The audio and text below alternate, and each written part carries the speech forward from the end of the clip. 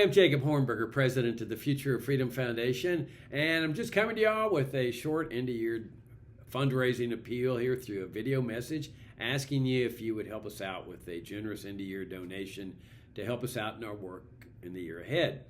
As y'all know, we've been advancing liberty here at FFF for 35 years now, and our mission has always been to present this principled, uncompromising case for the free society. And why do we do that? Well, for one simple reason. We want to live in a free society. You know, when I discovered libertarianism in my late 20s, one of the biggest revelations was that I didn't really live in a free society. That had been inculcated in me, that Americans are free. And when I came to the realization through the discovery of libertarianism that that was simply not true, I thought to myself, how exhilarating it must be to live in a genuinely free society. It's got to be the most exciting feeling in the world. Some of you know that my favorite period of time in history is around 1880 to 1910. Now, it wasn't a pure libertarian panacea or paradise. The statists were making inroads, but it came pretty darn close.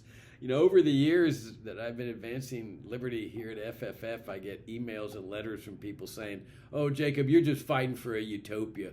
You know, you can't achieve what you're proposing with your principled, uncompromising approach." And my response is, "Oh, really?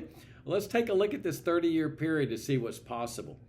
No income tax, no IRS, no keeping track of deductions, going to the post office on April 15th to send your return to the IRS. None of that. People were free to accumulate unlimited amounts of wealth, and there wasn't anything the government could do about it. No Social Security. People handled their own retirement, or children honored mother and father on a voluntary basis with the vast amounts of money that they were making and saving. No Medicare, no Medicaid, no welfare, no central bank. No paper money. Gold coins and silver coins were the solid, stable monetary system. No foreign interventionism, certainly not in Europe or Asia. There was the Spanish-American War that was the move toward empire in 1898, but that was like an exception. That's what the statists were doing. There was no national security state. There was no Pentagon, CIA, NSA, FBI. It was a limited government republic with just a basic military force, certainly without the ability to go and intervene around the world. No empire military bases around the world. No foreign interventionism. Like I say, it was the most remarkable period in history, and the standard of living of people was soaring. People were going from rags to riches in 1, 2, or 3 generations. In fact, many of the robber barons that the statists call the billionaires of that time started out as poor people. So the statists loved them when they were poor, but then hated them when they got rich. But even regular people, remember, multitudes of penniless immigrants were flooding into American shores, many of whom couldn't speak English. They were making money. They were going to the middle class in 1, 2, 3 generations. It's a phenomenal period. Americans really did discover the solution for abolishing and ending poverty. It's absolutely amazing. And voluntary charity, there was so much voluntary charity that it boggles the mind. This is how the hospitals got built, because government wasn't doing these things. The libraries, the opera houses, this is what people were doing with their wealth, helping out others in a beneficial way.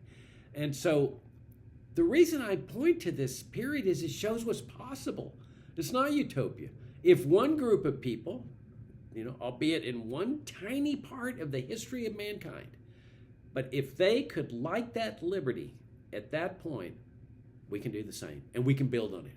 Now, like I say, there were exceptions. There was the Sherman Antitrust Act of 1890, federal regulation at the federal level. The Chinese Exclusion Act was a horrific piece of legislation. Jim Crow was coming into existence because a lot of whites didn't like the competition from blacks. They were figuring out ways to shut them out of the labor market or the entrepreneurial market. There was a Spanish-American War that I mentioned. So you had the statist move that would culminate with the welfare state revolution in the 30s, the national security state revolution in the 40s, the drug war, the whole system of statism under which we live. But if they could move America away from this 30-year period, the principles there, we can move America back toward reestablishing those principles and then building on them. with the aim of leading the world to the highest reaches of freedom, peace, prosperity, and harmony that mankind has ever seen. And that's what we do here at FF. That's what we want to do. All great movements in history have been led by a tiny minority of people. And so we introduce sound ideas on liberty into the marketplace, and they start being disseminated. They start being discovered by people saying, my gosh, I'm not free. I want to be free. And that group starts getting larger and larger until it reaches a critical mass that then shifts the paradigm into freedom. And that's what we're doing here at FFF. And that's what we're committed to doing. But we need your help. Hope you all help us out with another end-of-year donation. We'd be very honored and very appreciative. Merry Christmas and a happy holiday season to you and your family.